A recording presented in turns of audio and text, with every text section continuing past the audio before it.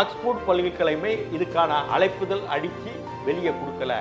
அவரை ஸ்டாலினா வராரு, இங்கே இருக்க தமிழ் ஸ்டூடெண்ட் கொஞ்சம் ஏற்பாடு பண்ணியிருக்கா, அவர் பேசிட்டு அந்த படத்தை திறந்து வச்சுட்டு போகிறாரு. நான் அமித்ஷா போய் 2023 பார்த்தேன். அப்போ பாஜகவில் சேர்றாப்புல எனக்கு நினைவில்லை. அப்போலாம் நான் நீக்கப்பட்டேன், திமுகலேருந்து நீக்கப்பட்ட நேரம். இப்போ இருக்க திமுக, ஸ்டாலின் திமுக, வியாபார திமுக, வியாபாரிகள் அரசியல் திமுக. திமுகவினுடைய காலம் 90க்கு பிறகே மாறி போச்சுன்னு சொல்றேன் சார். நீங்க சொல்றத பார்த்தா திரு ஸ்டாலின் அவருக்கு தமிழ் கூட படிக்க தெரியாது. எழுதி கொடுத்தாலும் படிக்கிறேன்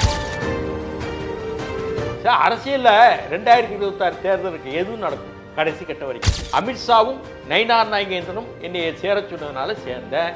திமுக மாதிரி அரசியல் வாரிசோட அவங்க குடும்பத்துக்கு அடிமையா வச்சிருக்கா பாஜக. அவங்க என்ன மோடியோ அமித்ஷாவோ யாராவது சர்ச்சில் பிரேயர் பண்ணக்கூடாதுன்னு சொன்னாரா? அண்ணாமலையும் என்னுடைய சகோதரர் தான், நயினார் நாகேந்திரன் என்னுடைய சகோதரர் தான். இந்த தெலுங்கர் ஓட்டு திரு ஸ்டாலின் அவர்கள் தானே வரும். அவர் ஒரு தெலுங்கர், நான் ஒரு தெலுங்கர். நான் கிட்டத்தட்ட அரசியல்ல 54 வருஷம் எல்லாம் பார்த்தேன்.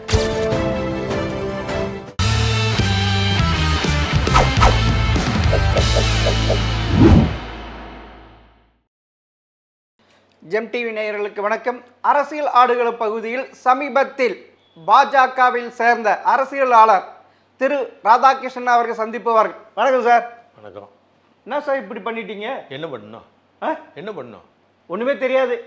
என்ன உங்களை தூக்கி போட்டு மிதிக்கணுமா? யாரு உங்களை? சார், உங்களை பார்த்து எல்லாருமே பேச ஆரம்பிச்சுட்டாரு. பேசின ஆளு இப்படி போயிட்டாரு, அப்படிப்பட்ட ஆளு இப்படி இருந்தவர் இப்படி போயிட்டாரு. நல்லா தான் இருக்கு, இப்பதான் நிம்மதியா இருக்கேன். எப்படி? ஆமா, அங்க நீங்க ஒரு திராவிட பரம்பரை, திராவிட பரம்பரையாளர் என்ன சொல்றீங்க? உங்க ரத்தத்துல திராவிட ரத்தம். கொஞ்சம் கேளுங்க, என்னுடைய பதிவுகள் எடுத்து சொல்லுங்க. பெரியார் ஏதாவது பாராட்டி எழுதியிருக்கேனா? கண்டுபிடிச்சு சொல்லுங்க. பெரியார் போட்டோவை போட்டு நான் பெரியாரிஸ்ட்டு, நான் திராவிட மாடலிஸ்ட்டுன்னு ஏதாவது எந்த காலமாக சொல்லியிருக்கேனா? நான் ஒரு அரசியலாளர், அங்கே அரசியலில் களத்தில் ஆடினேன், அவ்வளோதான். எனக்கு நான் காமராஜர் காலத்துலேருந்து யமுனைக்கரை காங்கிரஸ் அரசியலில் ஆரம்பித்தவன். தேசிய கட்சின்னு சொல்லுவாங்க காங்கிரஸில். பிறகு ஒரு சில சூழ்நிலை, ஈழத்தமிழர் பிரச்சனை, நெடுமாறனோட பயணித்ததுனால இந்த மாதிரி தப்பி தவறி ஒரு 20-30 வருஷம் அரசியல் வாழ்க்கை ஆகிப்போச்சு. இதில் திராவிடத்தில் ரொம்ப அறிஞ்சு பார்த்தானா இவ்வளோதானா, இவ்வளவு மோசமாக இருக்கா அன்று அறிஞ்சு தான் என்னை அவங்க நீக்கிறாங்க. நானாக வெளியே வரல, என்னை நீக்கினாங்க சார். இடைக்காலம் நானாகவே பிஜேபி வெளியே வந்தேன், என்னை நீக்கிறாங்க. அது நான் கெஸ்ட் தான் பேசணும், நீங்க பேசுறதுக்கு ரோல், நீங்க பேசுறது இல்லை ரோல் கிடையாது. நான் என்னை இடைக்காலமா நீக்கினாங்க. இடைக்காலமா நீக்கிறது அதுக்கு பிறகு தாக்கிதே எனக்கு அனுப்பல, விளக்கம் கேட்டு நோட்டீஸ் அனுப்பல, தலைமை கழக செயலாளர். பிறகு நிரந்தரமாகவும் நீக்கலை, 3 வருஷம் இருந்தேன். எனக்கு அமித்ஷா ஒரு உதவி பண்ணார். எங்கள் ஊர் குறிஞ்சாக்குளம் கிராமத்தில் கிராஃபைட் எடுத்தாங்க. எப்படின்னா நம்ம மதுரையில் அரிட்டாப்பட்டியில் டங்ஸ்டன் எடுத்தாங்க, அது மாதிரி எடுத்தாங்க. ஒரு 25 கிராமங்கள் எங்கள் வட்டாரத்தில், நான் குறிஞ்சாக்குளம் கிராமம், அந்த வட்டாரத்தில் கோவில்பட்டி மேற்கையும் சங்கரங்கோவில் கிழக்கு இடைப்பட்ட பகுதியில் உள்ள கிராமங்கள் பாதிக்கக்கூடிய நிலை இருந்தது. நான் அமித்ஷா போய் 2023 பார்த்தேன். அப்போ பாஜகவில் சேர்றாப்புல எனக்கு நினைவில்லை. அப்போலாம் நான் நீக்கப்பட்டேன், திமுகலேருந்து நீக்கப்பட்ட நேரம். நான் 2027 நீக்கிட்டு 3 வருஷம் ஆச்சு. உங்களை ஸ்டாலின் நீக்கினார்? இல்லை, நீக்கியாச்சு. அது பிறகு அமித்ஷா கிட்ட போனேன். அமித்ஷா என்னை பற்றி நல்லா தெரிஞ்சுட்டாரு. ஏன் பிஜேபியில் சேரக்கூடாது, பார்ப்போம்னு சொன்னேன். எங்கள் ஊரில் அந்த கிராஃபைட் நாடாளுமன்ற தேர்தல் முடிஞ்சு 2024 ஜூன் மாதம் அதை திரும்ப பெற்றாங்க. அந்த உத்தரவை திரும்ப பெற்றாங்க. அதனால் எங்கள் ஊர் மக்கள் அங்கேயே இருக்கக்கூடிய வாய்ப்பு இருந்தது. இல்லைன்னா எங்கள் ஊர் மக்கள் அகதியை மாதிரி நிலங்களையும் வீடுகளையும் விட்டுட்டு வெளியேறணும். நான் காப்பாற்றி விட்டேன். அந்த காப்பாற்றும் போது அமித்ஷாவை பார்க்கும்போது பல விதங்களில் என்னுடைய சூழல் இதெல்லாம் பார்க்கும்போது விரும்பினார். திருநெல்வேலிக்கு வரேன், என் தலைமையில் சேருங்க அன்னார். ஒரு வாய்ப்பு, நல்ல வாய்ப்பு கிடைச்சது. அமித்ஷா முன்னாடி அதிகமாக யாரும் சேர்ந்தது கிடையாது, உங்களுக்கு தெரியும். ஆமாம், அந்தந்த மாநில பாஜக தலைவர்கள் முடிச்சிருவாங்க. இதுக்கு எல்லா வகையிலும் எனக்கு உதவியாக இருந்தது. இப்படி இந்த நிகழ்ச்சிக்கு எனக்கு ஒரு முக்கியத்துவம் கொடுத்து சேரணுங்கிற உதவியாக இருந்தது தமிழ்நாடு பாஜக தலைவர் மரியாதைக்குரிய நம்ம நயினார் நாகேந்திரன் அவர்கள். எங்கள் மாவட்டத்துக்காரரு, என்னை ரொம்ப நல்லா தெரியும், அவரோட நீண்ட கால நட்பில் இருந்தவன். அமித்ஷாவும் நயினார் நாகேந்திரனும் என்னை சேர சொன்னதுனால சேர்ந்தேன். எனக்கு இப்போ நிம்மதியாக இருக்கிறேன். ஏன்னா என்னை பொறுத்தவரையிலையும் அவங்க மதிக்கிறாங்க, என் கருத்துக்களை கேட்குறாங்க. திமுகவில் என் கருத்துக்களை கேட்க மாட்டாங்களே. கலைஞர் காலத்து வரைக்கும் திமுகவில் இருக்கலாம், கலைஞருக்கு பிறகு என்னால் திமுகவில் இருக்கவும் முடியலை.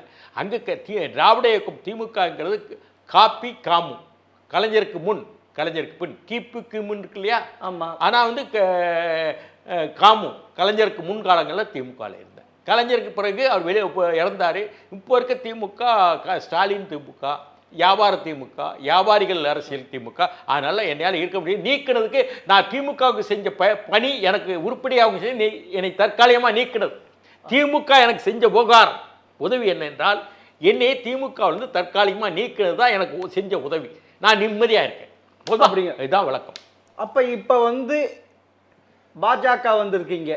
பாஜக ஒரு பாசிச கட்சி, ஒரு இந்துத்துவ கட்சி, சிறுபான்மையினருக்கு எதிரான கட்சி. அப்படி இருக்கிறப்ப நீங்க ஒரு சமூக நீதி பேசக்கூடியவர்கள், சமூக பற்றாளர். அப்படி இருக்கிறப்ப எப்படி சார் அது ஒத்து போவோம்? பாஜக நான் சொல்ல திமுக ஒரு பாசிஸ்ட் கட்சிங்கிறேன். திமுக ஒரு பாசிஸ்ட் கட்சிங்கிறேன் சார். எப்படி சார் அது? அவங்க சமூக நீதி கட்சி சார். சமூக நீதி என்ன சமூக நீதி பண்ணிட்டாங்க? ராம்தாஸ் சத்தம் போட்டு தான் பேசுறாரு. ஒரு இது ஜாதியவாரி கணக்கெடுக்கு பண்ணுங்கன்னு சொல்ல, பீகாரில் பண்ணாங்களா, கர்நாடகாவில் பண்ணாங்களா, அது மாதிரி இங்கே பண்ணலையே. சமூக நீதினு பேருக்கு தான் டம்பட் அடிக்கிறாங்க. டம்பட் இதே திமுக சார். நான் சொல்கிறேன், அவ்வளவு திமுக சொல்கிறது கொஞ்சம் கேளுங்க. இதே திமுக பாஜக விரோதின்னு சொன்னால் 1999லேருந்து 2004 வரைக்கும் அந்த பாஜக கூட்டணியில் 4 மந்திரி வாங்கிட்டு இருந்தாங்களா இல்லையா? இருந்தாங்க. முரசொலி மாறன், ரெண்டாவது டிஆர் பாலு, யார் ராசா, இந்த 3 மந்திரி இருந்தாங்க. ஆமாம். முரசொலி மாறன் உடலில் பாதித்தது. வாஜ்பாய் என்ன சொன்னார்? உடலில் பாதித்தாலும் அவர் இலாகா இல்லாத மந்திரியாக வச்சுக்கிடுவோம், கேபினெட் மந்திரி, மினிஸ்டர் வித்தவுட் போர்ட்ஃபோலியோனார். பிறகு அமெரிக்காவுக்கு சிகிச்சைக்கும் போனார் முரசொலி மாறன். பிறகு இங்கே வந்தார், இங்கே வந்து இறந்துட்டார். இறந்தபோது வாஜ்பாய் என்ன வந்தார்? ஒரு பிரைம் மினிஸ்டர் நேராக அடக்கத்துக்கு வந்தார், பெசன்ட் நகர் அடக்கத்துக்கு வந்து அடக்கம் பண்ணிவிட்டு 7 மணிக்கு தான் அவர் திரும்புகிறார். எங்கே? டெல்லிக்கு. சாயந்தரம் அடக்கம். யார்? முரசொலி மாறன். மறுநாள் காலையில் கை கழுவுறார் கலைஞரே, நாங்கள் இனிமேல் பாஜகவோட கூட்டணி இல்லை. இது வரைக்கும் இருந்துட்டு அது ஒரு முரசொலி மாறன் நேற்றா இறந்து தகனம் பண்ணியிருக்காங்க. மறுநாள் 10-12 மணி நேரம் கூட ஆகலை தகனம் பண்ணி, 12-13 மணி நேரம். அதுக்குள்ளே பாஜகவோட கூட்டிலிருந்து கை கழுவினார். இந்த மாதிரி நாகரிகமாக நடந்துக்கிட்டேன்னா சொல்லுங்கள். அதே மாதிரி ஆர்எஸ்எஸ் இயக்கத்தில் போய் திமுக மந்திரிகளே கலந்துக்கிட்டாங்க. சாமிநாதன், முத்தூர் சாமிநாதன், ஈரோடு மாவட்டம், பெரியார் அந்த ஈரோடு மாவட்டத்தில் அமைச்சராக போயிருக்காரு. அவர் ஆர்எஸ்எஸ் இயக்கத்திலே அதிகாரப்பூர்வ மந்திரியாக இருந்துகிட்டே கலந்துக்கிட்டது உண்டு ஒரு வருஷத்துக்கு முன்னாடி. அது மாதிரி 89 எனக்கு ரொம்ப நெருங்கிய நண்பர் தங்கவேலு, சங்கரங்கோல் தங்கவேலு, ஆர்எஸ்எஸ் நிகழ்ச்சியிலே அவர் பங்கேற்றார். புரியுதா? அது மாதிரி கலைஞரே என்ன சொன்னார்? ஆர்எஸ்எஸ் பண்பாடான இயக்கம், கட்டுப்பாடான இயக்கம், எப்படி கம்யூனிஸ்டுகளுக்காக அந்த மாதிரி இயக்கம்னு அவரே சொல்லியிருக்கிறார். இது என்ன பேசிஸ்ட்? அவங்க என்ன மோடியோ அமித்ஷாவோ யாராவது சர்ச்சில் ப்ரேயர் பண்ணக்கூடாதுன்னு சொன்னாரா? ரெண்டாவது மசூதியில் பாங்கோசையோடு 5 தடவை தொழக்கூடாதுன்னு சொல்லியிருக்காரா? இல்லை. இன்னொன்று சொல்கிறேன், அமெரிக்காவில் எதில் சத்தியப்பிரமாண பதிவே இருக்கிறாங்க அமெரிக்க அதிபர்? பைபிளில் அது கொஞ்சம் கேளுங்க. பைபிள். அதே மாதிரி இங்கிலாந்தில் பிரதமரும் ராணியும் அரசரும் பைபிள் மேலே தான் சர்ச்சில் தான் இருக்காங்க. இங்கே மோடி வந்து பகவத்கீதையில் சத்தியம் பண்ணி எடுத்தார். கடவுள் மீது சொல்லி கடவுள் வேற சார். அப்படி இல்லை. பகவத்கீதை தொட்டாங்களா? இல்லை. கடவுள் மீது அந்த கடவுள் தான் ஈஸ்வரா. பகவத்கீதை கை வச்சு தானே அது சொல்ல. அப்படி இல்லை, கடவுள் மீது சொல்றாங்க. அமித்ஷா சொன்னாரு, எல்லாருமே சொல்றாங்க. புத்திசாலின்னு பேசாதுங்க. காங்கிரஸ்காரர் கடவுள் மேலே தான் சொல்லிடுறாங்க. இந்திரா காந்தி சொன்னாங்க. அப்போ இந்திரா காந்தி கடவுள் மேலே தான் சொன்னாங்க. காங்கிரஸ் ராஜீவ் காந்தி அப்படி தான் சொன்னார், அப்படி தான் பிரதமர் எடுத்தார். அது மாதிரி மோடி எடுத்திருக்காரு. மோடி பகவத்கீதையை வச்சுட்டு கை தொட்டு சொன்னார். அது இல்லை, அது சொல்ல சார். இதே காங்கிரஸ்காரர் அப்படி தான் சொன்னாங்க சார், கடவுள் மேலே தான் சொன்னாங்க சார். காங்கிரஸ்காரர் தான். இந்திரா காந்தி அப்படி தான் சொன்னாங்க, எனக்கு தெரிஞ்ச ராஜீவ் காந்தி அப்படி தான் சொன்னார், மன்மோகன் சிங் அப்படி தான் சொன்னார். சரி, நீங்கள் பெரிய கட்சி, தமிழகத்தை ஆண்ட கட்சி, 20 வருஷமா ஆண்ட கட்சியில் இருந்துட்டு இப்ப பாஜக வந்து இருக்கீங்க. இங்க பாஜகவுக்கு இன்னும் காலே ஊனல. தமிழகத்துல அதுல போய் சேர்ந்து இருக்கீங்க. எனக்கு சார் நீங்க யார் சார் சொல்ற என்ன எனக்கு அட்வைஸ் பண்ணுறது? நீங்க வந்து பெரிய சாக்ரட்டிஸா இல்லை இது நீங்க யார் அட்வைஸ் பண்ணுறது? நீங்க யார் என்னை அட்வைஸ் பண்ணுறதுக்கு? எனக்கு தெரியாதா நல்லது கெட்டது? நான் எல்லாரையும் பார்த்துருக்கேன், மென் அண்ட் மெட் எல்லாம் பார்த்துருக்கேன். இதெல்லாம் குறை சொல்லாதுங்க, இது அவங்கவுங்க உரிமை, அவங்கவுங்க உரிமை. ஏன்னா நான் இப்போ திமுகவில் பட்ட பாடுகள், நான் உழைச்ச உழைப்புக்கு அவங்க என்ன மாதிரி பண்ணாங்கன்னு எனக்கு தான் தெரியும், உங்களுக்கு தெரியாது. நீங்கள் வெளியிருந்து பார்க்குறீங்க. திமுக மாதிரி அரசியல் வாரிசோட அவங்க குடும்பத்துக்கு அடிமையாக வச்சிருக்கா பாஜக. நேற்று வந்து மோடி வந்தார், சாதாரண மோடி பிரதமர் ஆனார். அது மாதிரி திமுக ஆக முடியுமா? அது ஒரு சொல்ல. நீங்க சொல்றதை பார்த்தா நீங்க திரு கருணாநிதி கிட்டையும் திரு ஸ்டாலின் அடிமையா இருந்தீங்களா? நீங்க அடிமையா இருந்தீங்களா? நான் அடிமை, நான் அதனால தான் இருக்க முடியல. நான் அடிமையா இருந்தீங்களா? இப்ப அங்க இருக்க அடிமை தானே. இங்க மாத்திரம் அடிமையா இருந்துற முடியும். நான் அடிமை இல்ல. கொஞ்சம் கேளுங்க. மோடி அமித்ஷா பேர் உங்களால செய்ய முடியுமா? நீங்க கேள்வி கேட்டு பெரிய சித்தாந்தவாதியின் மாதிரி கோட்பாடு பேர் சாக்ரிஃபைஸ் பண்ணுங்க. நான் போய் உதயநிதி ஸ்டாலினுக்கு சாலோ போடல சார், அதான் நீக்கினது சார். கொஞ்சம் கேட்டுக்கிட்டே நான் போட வரலன்ட்டேன். துரைமுருகன் மாதிரி உதயநிதிக்கு நான் ஸ்டாலின் போட, நான் பொழைக்க தெரியல, போட வேண்டாம், எனக்கு பொழைக்க தெரியல. யார் பழைக்கிறேன்? என்ன பேசி பழைக்க தெரியல? எனக்கு தான் பழைக்க தெரியல. அவன் காலில் போய் நமஸ்காரம் படிச்சிருவேன். அது என்ன அர்த்தம்? ஒன்று வந்து பாசிஸ்டுக்கு செய்கிறீங்க, ஒரு பக்கம் நீங்க பழைக்க தெரியல, அடிமையா இருந்துக்கணுங்கிற என்ன பேச்சு பேசுவாங்க? இல்ல இல்ல, துரைமுருகன் சால்வ போட்டாருல்ல. ஆமா, நான் எப்பயுமே ஸ்டாலினுக்கு என்ன கலைஞருக்கு நான் ஸ்டாலின் இல்ல அவர் போடுறதுக்கு நான் துரைமுருகன் இல்லை, நான் துரைமுருகன். ஈவிகே சம்பத்தெல்லாம் எவ்வளோ திமுக உழைச்சி வெளியேறி ஒன்றும் இல்லாமல் அவரெல்லாம் கஷ்டப்பட்டதெல்லாம் உண்டு. நான் அது மாதிரி எங்களுக்குன்னு ஒரு அரசியல் தளம் இருக்குது. அந்த அரசியல் தளம் தான் முக்கியம், எங்களுக்கு பதவிகள் முக்கியம். நான் நினச்சிருந்தா எங்கேயோ காலில் விழுந்து காலை நக்கி சூவை நக்கி எவ்வளோ எம்பி எம்எல்ஏ ஆயிருக்கலாம். அது தேவையில்லை, தேவையில்லை. நாமும் யாரையும் மதிப்போம், மரியாதை கொடுப்போம், வணக்கம். அதுக்காக கலைஞர்னா கலைஞர் காலையே விழுதா? கலைஞர்டே நான் பல தடவை வாதாடிச்சிருக்கிறேன், இது தப்புங்க, சரியாக வராதுங்க, நீங்கள் ஈழத்தமிழ். அப்போ நான் திமுகவில் இல்லை. கலைஞர் கூப்பிட்டு நான் போய் டெஸ்ஸோவை ஆரம்பித்தேன். என்னப்பா நம்மளை இப்படி நீங்கள் அவ்வளோ பண்ணீங்க இல்லையா, உடனே ராஜினாமா பண்ணியிருக்கணும், நீங்கள் சிதம்பரம் பேச்சு கேட்டுட்டு உண்ணாவிரத்துக்கு முடிச்சுட்டு வந்துட்டீங்க, அது நீங்கள் நான் விட்டு சொல்ல வேண்டாமா? இல்லைப்பா இங்கே கூட இருந்தவங்க எல்லாம் சொல்லிட்டாங்கப்பா, கூட இருந்தால் நீங்கள் இப்போ ஃபோனில் பேசியிருக்க வேண்டாமா? ஆனால் இவ்வளோ பேசியிருக்க வேண்டாம். அதுக்கு பிறகு நீங்கள் ஈழம் சொன்னால் தான் நான் வந்து டெஸ்ஸோவை நடத்துருவேன் சொன்னேன். ஈழம்னே போடுனேன். அதுக்கு பிறகு இவர் தெருவில் விட்டார். பிறகு உடலில் பாதித்தது அவர் கலைஞருக்கு. அதுக்கு மேலே அவர்கிட்ட ஆர்கியூ பண்ண முடியல. கலைஞர் இருந்த காலத்துக்கு இருந்துட்டேன். அதான் கலைஞருக்கு முன். அவ்வளோ. நீங்கள் திமுகவில் இருக்கும் வரை தன்மானத்தை அடக வச்சிட்டீங்க, இப்போ சுதந்திர பருவாக இருக்கிறீங்க. யார் பேசுறீங்க? கேள்வி கேட்கறீங்க, அர்த்தம் இல்ல. திமுக தன்மானத்தோடு இருந்தோம் நான் ஒருத்தன் தான் சொல்றியா, வேற யாருமே இல்ல. பிடிஆர் பழனிவேல் எனக்கு சம்பந்தம் இல்லை, நான் பார்த்தேன். இல்ல இல்ல, அவங்கள தன்மானம் இல்லையா? அவரும் சாலுவு போட்டுருக்காரு, மருமகிட்ட போய் உட்கார்ந்து சாலுவு போட்டுருக்காருல. நான் சொல்ற கேளுங்க, கொஞ்சம் கலைஞர் காலத்து வரைக்கும் நான் இருந்திருக்கேன், ஒரு சகாவாக இருந்திருக்கேன். இந்த ஸ்டாலின் காலத்துக்கு பிறகு மகனுக்கோ மருமகனுக்கோ நான் போய் இழிச்சிட்டு போய் பார்த்தது கிடையாது, சந்திச்சது கிடையாது. போதுமா? இதே பிடிஆர் பழனிவேல் தியாகராஜா அப்பா தியாகராஜன் கோவிலுக்கு, மீனாட்சி கோவிலுக்கு தைரியமா போனார் சார், சபாநாயகர் இருப்ப அவரும் தன்மான உடையவர் தானே. ஆமா, அப்பனா இப்ப பிடிஆர் பழனிவேல் பிடிஆர் பழனிவேல் ராஜனும் கேபி கந்தசாமியும் நான் ஒத்துக்கிறேன்.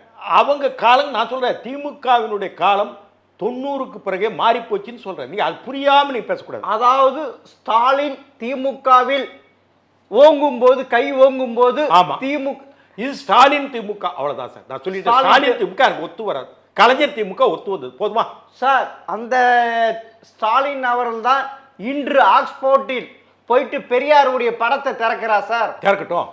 ஸ்டாலின் போய் ஆக்ஸ்போர்ட்டில் படம் திறக்க போறான்னு ஒரு செய்தி போட்டாங்க. மறுநாள் ஒரு ட்வீட் போட்டேன். ட்வீட் நீங்கள் படிச்சிங்களான்னு தெரியல. நான் படிச்சிட்டேன் சார். நான் சொன்னேன், இதே ஆக்ஸ்போர்டுக்கு ஈழத்தமிழர் பிரச்சனைக்கு நான் போயிருக்கேன், பேசியிருக்கேன். இலங்கை அந்த லண்டனில் இருக்க நண்பர்களும் அதை ஏற்பாடு பண்ணாங்க. அந்த அரங்கத்துக்கு பணம் கட்டினா என்ன நிகழ்ச்சி வேணும் நடத்தலாம். ஏதோ டாலர் இருக்குது, நான் கூட அது அந்த இவ்வளோ டாலர் கட்டுன்னு கூட அந்த இதெல்லாம் போட்டேன். அப்புறம் நான் ஆக்ஸ்போர்டுக்கு விசாரித்தேன், இவர் இப்போ ஸ்டாலின் போராடுன்னு. ஆக்ஸ்போர்டில் விசாரிக்கும் போது எனக்கு அங்கே இருக்கப்போ உங்களாம் தெரியுமில்ல, ஒரு சிலர் அறிமுகம் இல்லையா, அப்படி ஒரு நிகழ்ச்சி ஆக்ஸ்போர்ட் பல்கலைக்கழகம் அதிகாரப்பூர்வமாக நடத்தலை. ஆக்ஸ்போர்ட் பல்கலைக்கழகமே இதுக்கான அழைப்புதல் அடித்து வெளியே கொடுக்கல. அவரை ஸ்டாலினாக வராரு, இங்கே இருக்க தமிழ் ஸ்டூடெண்ட்டு கொஞ்சம் ஏற்பாடு பண்ணியிருக்காங்க. அவர் பேசிட்டு அந்த படத்தை திறந்து வச்சுட்டு போகிறாரு. அதே மாதிரி ஆக்ஸ்போர்டு யூனிவர்சிட்டி வைஸ் சான்சலர் துணைவேந்தரோ இல்லை ரிஜிஸ்ட்ரார் பதிவாளரோ இல்லை டீன், பல்வேறு படிப்புகளுக்கு டீன் இருப்பாங்க. சயின்ஸுக்கு, ஹியூமானிட்டிஸ்க்கு, லாக்கு, மெடிசனுக்குன்னு அந்த டீன்கள் கலந்துக்கிட்டாலும் அதிகாரப்பூர்வ டீன்களும் இல்லை. அதுக்கப்புறம் பர்சார்னு இருப்பார். பர்சார்னு 3-4 பேர் இருப்பாங்க. அந்த நிதி கண்ட்ரோல்லாம் பண்ணுற ஆட்கள் நிர்வாகத்தில், அவங்க பேரும் போடலை. அது போல கண்ட்ரோலர்னு இருப்பாங்க. Controller of examination, control of administration ஏதோ இருப்பாங்க. அவங்களும் போடல. இந்த ஆட்கள் போட்டால் தான் அதிகாரப்பூர்வமான ஆக்ஸ்போர்டில் நடத்துகிறாப்புல அர்த்தம். அந்த சின்னத்து லோகோ இருக்குல்ல, ஆக்ஸ்போர்ட் லோகோவோட இன்விடேஷன் அடித்தா தான் அதிகாரப்பூர்வமான. இங்கே இவர் எப்படி போனால், நாங்கள் ஈழத்தமிழர் பிரச்சனைக்கு நாங்கள் பேச போனோம் இல்லையா, அது மாதிரி இவரும் அந்த ஆக்ஸ்போர்ட்லேருந்து ஏற்பாடு பண்ணியிருக்காங்க. ஒரு போகிறார், கோட்டு சுட்டு போட்டோ வேஷ்டி சட்டை போட்டோ எனக்கு தெரியல. இன்றைக்கி இன்னைக்கு 10 மணிக்கு நைட்டு 10 மணிக்கு திறந்து வைக்கிறாருன்னு சொல்கிறாங்க இந்திய நேரத்துக்கு. அவரால் அவர் பணம் கட்டியிருக்காங்க. இது வந்து அதிகாரப்பூர்வமான ஃபங்க்ஷன். அப்போனா ஸ்டாலின் தமிழக மக்களை ஏமாற்றுகிறார், அப்படிதான் எடுத்துக்கணும். ஏமாற்றி இருக்காரு. ஆமாம், ஆக்ஸ்போர்ட் பல்கலைக்கழகம் தான் பல்கலைக்கழகம். நான் அதை போட்டேன் ஏற்கனவே. இதான் இப்போ இன்னொன்று போட்டுக்கேன். இன்றைக்கி ஒரு ட்வீட் பாருங்க, உங்கள் ஃபோனில் போனுக்கு, உங்கள் ஃபோன் எடுக்க, உங்கள் ஃபோன் என் ட்வீட்டு பாருங்க, ட்வீட் பாருங்க, என் ட்வீட்டை பாருங்க. இன்ஃபேமஸ் திராவிடியன் மாடல் போட்டிருக்கேன். இன்ஃபேமஸ் திராவிடியன் மாடல்னு போட்டிருக்கேன் பாருங்க. ட்வீட் இருக்கா? ட்விட்டர் இல்லை சார் என்கிட்ட, நான் யூஸ் பண்ணுறது இல்லை சார். ட்விட்டர் இல்லை சார், நான் யூஸ் பண்ணுறது இல்லை சார். இந்த பாருங்க, ஃபேஸ்புக் இருக்கா? பார்த்துட்டு ஓகே சார். இந்த இதில் என்னென்னா, ஒரு ஏழை விவசாயி, திருநெல்வேலி மாவட்டத்தில் ஒரு ஏழை விவசாயி, ஒரு சாதாரண குடும்பமும், அவருக்கு இந்த மாதம் மின் கட்டணம் எவ்வளோ வந்துருக்குமா? 1,61,61,00,000க்கு 31,280 ரூபா. 1,61,61,00,000க்கு 31,281 ரூபா வந்திருக்கு சார். இதுதான் ஃபேமஸ் திராவிட மாடல் ஆச்சு. இதான் நிர்வாகம். இது வேடிக்கை இல்லையா? துக்ளக் தர்பார் பார் இல்லையா? இந்த பாருங்க, நான் காட்டுறேன். இருக்கா இல்லையா சார்? துக்ளக் தர்பார்ன்றீங்களா? எப்படி சார் அது சொல்ல முடியும் சார்? இந்தியாவில் நான் சொல்றேன், என் கருத்து கேட்கறதா நீங்க வந்திருக்கீங்க. உங்க கருத்து கேட்க வரல. நான் கருத்துக்கு என் கருத்து. Sit down. இல்ல, அந்த கருத்துக்கு ஒரு எதிர்கருத்து வைக்கிறது. எதிர்கட்சி நீங்க வைக்க முடியும். நீ கேள்விதான் கேட்க முடியும். எதிர்கருத்து வைக்க முடியும். நீங்க யூஆர் நாட் இவர் சாக்ரட்டிஸ். நான் சொல்ற கருத்தை கேட்டுக்கிறது தான் நீங்க கேள்வி பதில் கேட்குறீங்க. சரி சார், இப்ப தமிழக பாஜக ரொம்ப கீழே போயிட்டு இருக்கு சார், அண்ணாமலை போனதுனால. நீ கட்டிகளா? கீழே போயிட்டு இருக்குன்னு கட்டிகளா? ஆமா, உண்மைதானே அது. கீழே இல்ல, நல்லா தான் இருக்கு. இல்ல, இது கீழே போகல சார், நல்லா தான் இருக்கு. இல்ல, அண்ணாமலை தமிழக பாஜக தலைவராக இருந்து வரைக்கும் போது பரபரப்பா இருந்து சார். எப்பவும் பரபரப்பா, அண்ணாமலை போல எது இப்பவும் பரபரப்பா.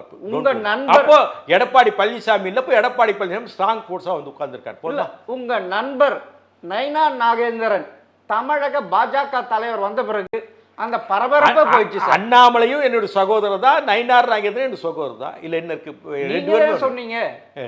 என்னுடைய ஒரே மாவட்டத்தை சேர்ந்த. ஆமா, அது அண்ணாமலையும் என்னோட சகோதரர் தான். என்னை பல நிகழ்ச்சிகள் என்னை கூப்பிட்டு, அவரே விரும்பி கூப்பிட்டு பல நிகழ்ச்சிகள் என்னை பேச வச்சிருக்காரு.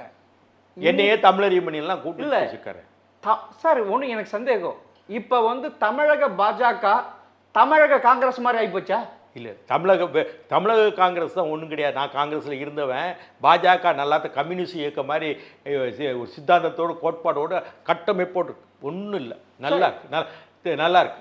இல்லை, தமிழக பாஜக பல சிக்கல்கள் இருக்கு.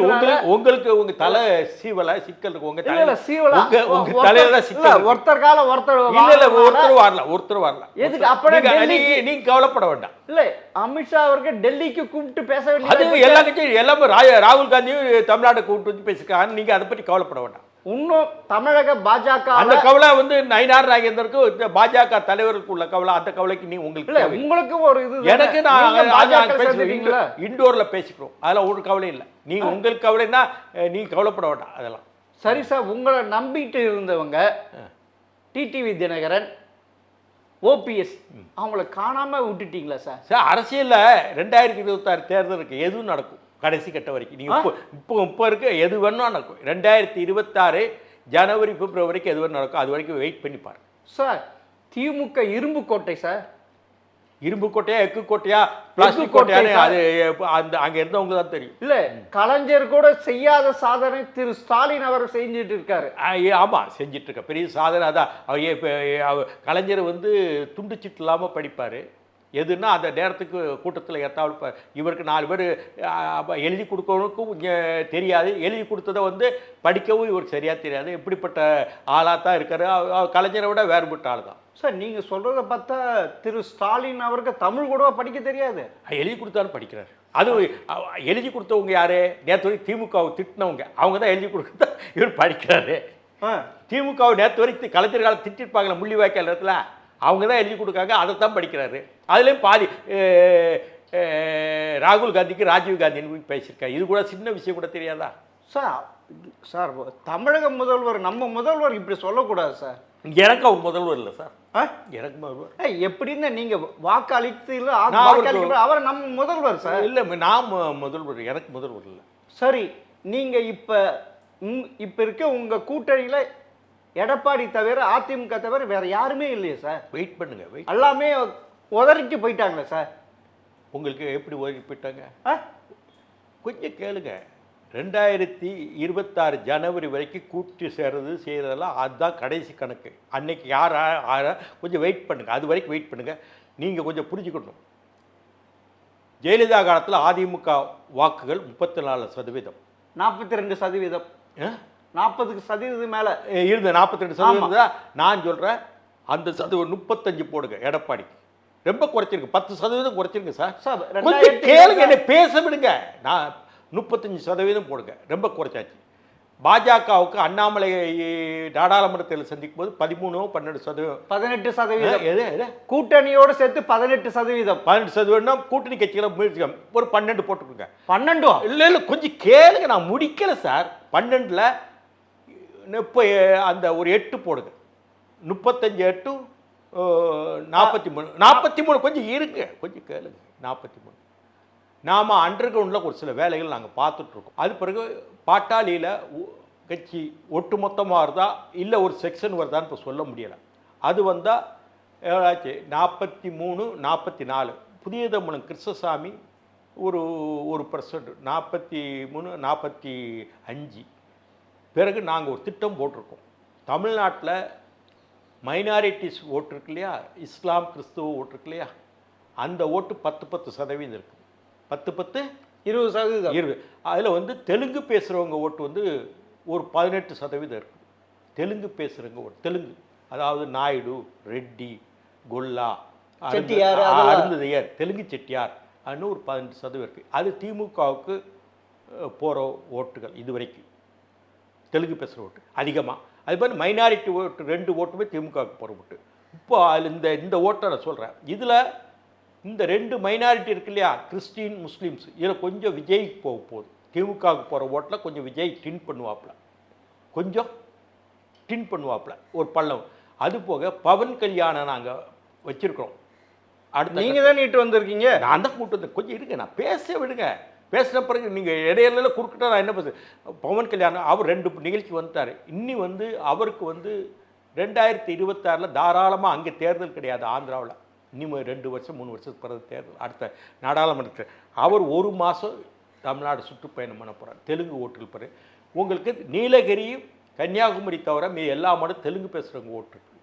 அதிகபட்சம் ஒரு தொகுதிக்கு 2000 5000 ஓட்டு இருக்குது. இன்னும் அதிகமாக பார்த்தா 40,000 50,000 தொகுதியெலாம் இருக்குது. கோவில்பட்டி போன்ற தொகுதியெலாம் இருக்குது. இப்படியான நிலையில் அவரும் வரார். அவர் வந்து கிட்டத்தட்ட அதில் ஒரு 5% வாங்குறார். நாங்கள் எல்லாம் கேட்கல, 18 5 தோண்டி எடுக்கலான்னா அதுக்கான வேலைகள் நான் பண்ணிகிட்ருக்கேன். பிஜேபியில் இந்த வேலைகள் பண்ணிட்டுருக்கேன். இப்போது 35 + 40 45 50 கிராசான் திவால். இதில் வந்து 45 எடுத்தாலே கிராசான் திவால்.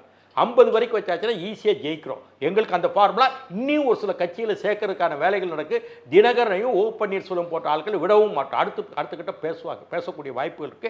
கொஞ்சம் வெயிட் பண்ணுங்க, ஒன்றும் அவசரப்பட. இந்த தெலுங்கர் ஓட்டு திரு ஸ்டாலின் அவர்கள் தானே வரும்.